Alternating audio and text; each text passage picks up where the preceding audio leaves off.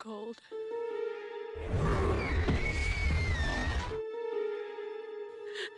And haunted. I think it's a UFO. What?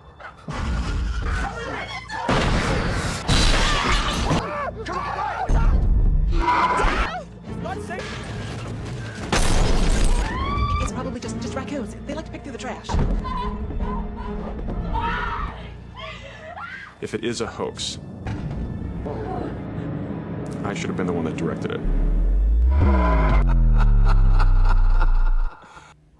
This past weekend, I spent 48 hours of my life watching a couple of movies.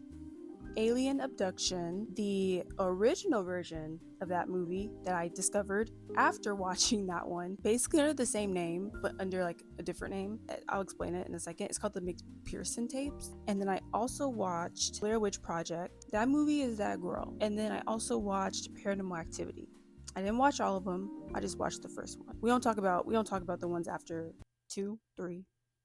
The reason why I tell you guys I watched these movies is because it made me realize something. Some found footage, it shouldn't work, right? We have like bad lighting, we have like the shaky cameras, we have, other elements that make a film just not feel right to watch. And then we also have like the actors that don't act, but they just there for the shit. They just want some money. Talk about on TikTok, what is it that makes that subgenre of horror so endearing? Like found footage in particular. What has worked for these movies and what has not worked, or things that have stuck out to me? Even though I went to school for art, I still think about the psychology of things, which is what they teach you in art school. So I try to not overanalyze, but I be overanalyzing a little bit, especially in like arts and like film, and I'm a cinephile. So even me just talking about this right now, we get into like deep territory. I mean, y'all stick with me. Also, there's a gnat in here too, so I'm trying to. I've made a video like this before where I was talking about fashion gimmicks. So if you guys have not seen that, if you like fashion, I'll put it on the screen for you to check it out. But today, we're gonna talk about films. Got my glasses. My bang. I have my notes on my iPad, but let's get into it. Alien spaceships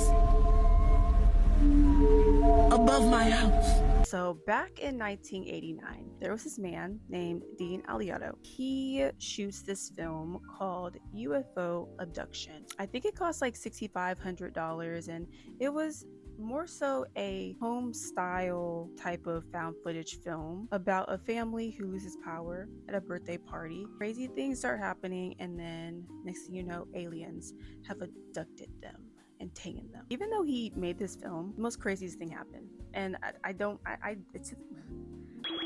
so the master copy of the film was burnt down in a warehouse. There were no copies. It kind of reminds me of the whole Toy Story situation. I don't remember which film it was, but if you guys know what I'm talking about, where the worker like deleted the whole film in its entirety, and like the one person that saved a copy, that could have happened. But even though this did happen, somehow a bootleg version of the film gets found and is pushed around the UFO enthusiast circle, and next thing you know, the whole fictional part of the film was taken out. There was no context behind it when it was released. Someone could watch it and be like, oh my goodness, this is real.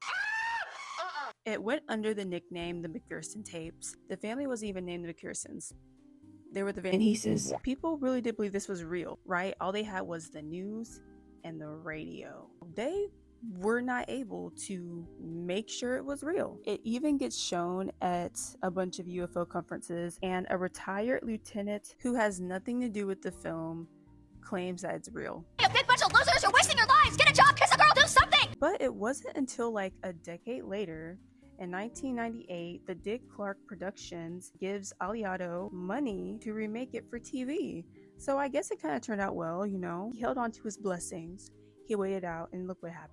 I'm really happy they found out that it was him, because girl, don't get comfortable. This is where it becomes the title Alien Abduction Incident at Lake County. Also, the McPherson tapes. This family is actually called the McPhersons in the remake. So this aired in January of 1998, and the network cut it down. They literally stripped like all the disclaimers from it, so it fooled a whole audience of people, but this time it was actually intentional. I genuinely think this was like the first ever found footage film. I think we've witnessed the first ever one. I've done a lot of research. I really was like, okay, is something come before this? No. Like, he actually made history with this, so I think that's really cool. Let's get into the real star of the video, the Blair Witch. Trying to stay positive. This bitch is getting on my nerves. Y'all, the way I'm gonna edit this is so freaking funny. Okay, I'm not gonna stay on the Blair Witch Project too long because I'm pretty sure you guys know about this movie, but this is probably one of my favorite found footage movies of all time. This was the first movie that actually scared the crap out of me. So this came out in 1999, and this movie had a $60,000 budget. $60,000, right? Even though this wasn't like the first ever, found footage horror film, this was the movie that like made it more mainstream. Even though Dean Aliato's films, like with the alien abductions, that was on TV, it was like different because it wasn't like mainstream a box office movie would be. The marketing behind this movie was absolutely insane. Let's get into that. Let's get into that tea. I don't even think any movie that came out, actually I'm not gonna say that. There have been some good movies where the marketing has been absolutely insane. Speaking in the time of 1999, that was like insane. Like, imagine being in that time and seeing missing a whole, like, go see it in theaters. You're like, oh, are these people still missing? But I really do think that was like the selling point. That was like the thing that made people invested. Imagine that being in your own home. Found footage is something that comes from home videos, What happened to your furniture, cuz? Okay, I just feel like I can't make a found footage film without talking about Paranormal Activity. Paranormal Activity. I'm sorry, it sounds like I have beef with this movie. I don't, you guys. Like, if I find out, I'm gonna insert a clip of what I got for Christmas one year. I think it was like the 3-movie Blu-ray. I didn't even have Blu-ray. So why did I have it? I don't know. My parents got it for me. So this whole, actually starting with the first movie. The first movie's budget I think was like $15,000, and they made double, then twice, then 3 times what they expected. I feel like Blair Witch, they used more disorientation, but also like I feel like Paranormal Activity does the opposite of those two movies. It's like the static shock from the audience. Like, if you guys saw the marketing videos, it was literally the audience and their reactions. And it was so scary. It made you want to go see these movies. It was like, what? Even just like knowing the premise of like, okay, this is a ghost movie. You don't know what you're gonna walk into. But this was like a different type of ghost movie. I do think the absence of a score and music also adds to like that other layer, and I use Paranormal Activity as like a really good example because with the first and second movie, I remember my first time watching it and not knowing what particular to listen out for, because like when you're in the house by yourself and you're kind of just like, you hear creaking noises and you're like, is the house settling, or is it my baby? You're witnessing, like you're there with them and you can't warn them to be like, hey, always something creaking, always something moving, always something causing disruption. Oh my goodness, I'm getting chills. It's like the supernatural part is adding to the situation, is not making it any better, it's making it worse. I'll make a whole separate video if you guys want me to. Like, comment down below, let me know. Talking about the downfall of Paranormal Activity. There's people who made like way better videos, but I just want to talk about myself because y'all, like, it's just so sad to see like a really good movie franchise just go down like that, down the toilet. When you add other layers and elements to a movie that's like a found footage film, 1 movie, of course. 2, okay, that's cool. 3, okay, but 4, 5, no, we're pushing it. Things that just don't make sense. They just are not needed, so it just works against it. So that's all I'm gonna say about that. So let's get back to the original McPherson. Let's get back to this McPherson tape situation.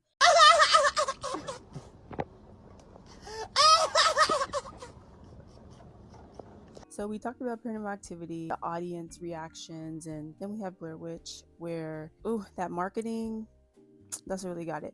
But alien abduction, what did they do right? What did they do wrong?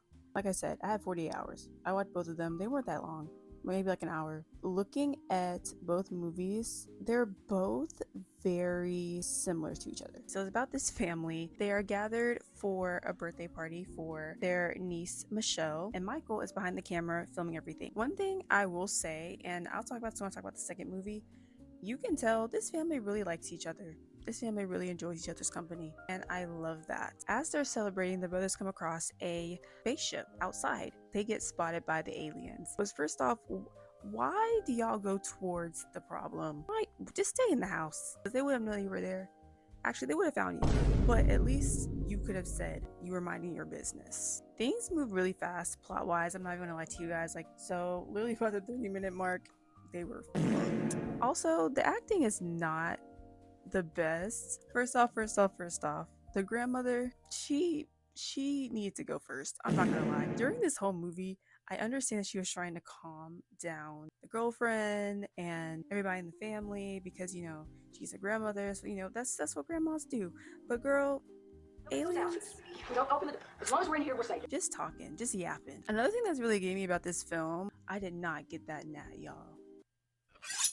It's over for you. Another thing that gets me about this film is the improvising that's going on. Baby, when I tell you that budget was short, that budget was short. Get it right the first time. It was just a lot of random things. I was like, oh my goodness. There was like one part in it, I think one of the brothers was like saying like, it was kind of like they were all being taken one by one. Yeah, they took them. I only say that because they literally showed the aliens coming into the screen and just like, it just went black. And I was like, oh. Rest in peace to the Van Heesens. 10 booms.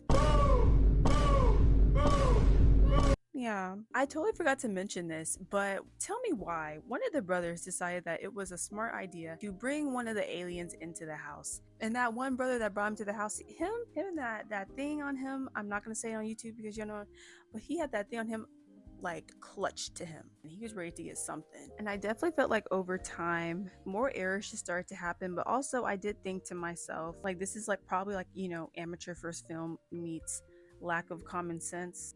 I don't know. I think I would have made it till dawn because it's very obvious. I feel like once you start feeling things like hot flashes, weird moments where you're just laughing and you feel like this euphoric feeling. What else was going on? Like they had so many side effects of like, okay, something's not right. If something does not feel right, like they were literally tripping out, like tripping. And yeah, it was kind of bland, not gonna lie, but it was a very interesting watch because like I said, I feel like regardless the fact that it was just never done before, like something was new, shiny of like, oh, found footage aliens, and it inspired so many other films, Phoenix Forgotten or that one scene in Signs.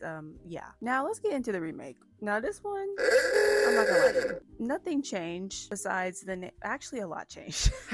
The remake, I will very much say, had way more substance just because it was made for TV. It was just easier to digest. I had some problems with it, but we'll get into that. So basically, they're celebrating Thanksgiving together. It's 1998. It is the McPhersons. These are the I feel like I keep changing the name. McPhersons. It is about them. In this film, we have Tommy, who is one of the brothers. He is filming his family celebrating Thanksgiving. Here's where the differences come in. This family hates each other, bro. Melanie, one of the daughters, she brings home her boyfriend, Matthew, and they choose racism against this man. I just think it's really funny because it's like, this is a movie about aliens, and this man is what you're worried about. Kurt, one of the brothers, is like starting beef with him. Besides all of that, the youngest daughter, Rosie, that's a demon child. That is a demon kid. I knew it from the beginning when I first watched it. I was like, no, she's gonna start some problems because in the first movie, I'm pretty sure. Yeah, actually, no, yeah, the daughter in the first movie was not like that. She had like moments during the movie she was like talking to the aliens, which aliens, I feel like aliens and children is like they can connect with each other, like ET type vibes. I don't know, type she. Aliens were messing with them so much. I feel like they were having a field day. Like, dang, these humans are dumb. Kind of like the first movie, the brothers go outside, they see the alien spaceship, they decide to go towards it even more. It was still the same premise, one by one, picking by picking, just gone. The mom had a drinking problem. During the whole movie, towards the end, she would not put that wine down. I did a wine count, and it was at least like maybe 16, 17. 18 times. I think the thing that really got to me was also the continuing lack of common sense on just not leaving the damn house. Why y'all keep leaving the house? People are very curious, and that makes sense. But I'm not that curious. There was a moment they all left the house, couldn't get back in. The door was locked. But then the door opens and they go back in. Why would you go back in? I think the one thing that really set this film and really, I think, sold it for their main purpose of even releasing it was the ending scene. In the first movie, they did not show the aliens in contact with the humans, with the family. But in the remake, they did. They also had moments in between where they would have specialists or, very qualified people talking about the film itself. So they had like UFO enthusiasts, they had a cinematographer that was like, are these camera angles real? It was very strategically made, and I thought that was very interesting. No, those people do not exist. Honestly, that lieutenant guy, he could have been in the film. He could have been in it too. Yeah, I feel like that kind of adds like another layer to really selling it, that first ever film, this is real, watch out, be scared. The remake, I think that was probably the best film to release instead of the first one, because I just feel like the second one definitely went way better with the audience, and obviously the turnout was like, it was amazing.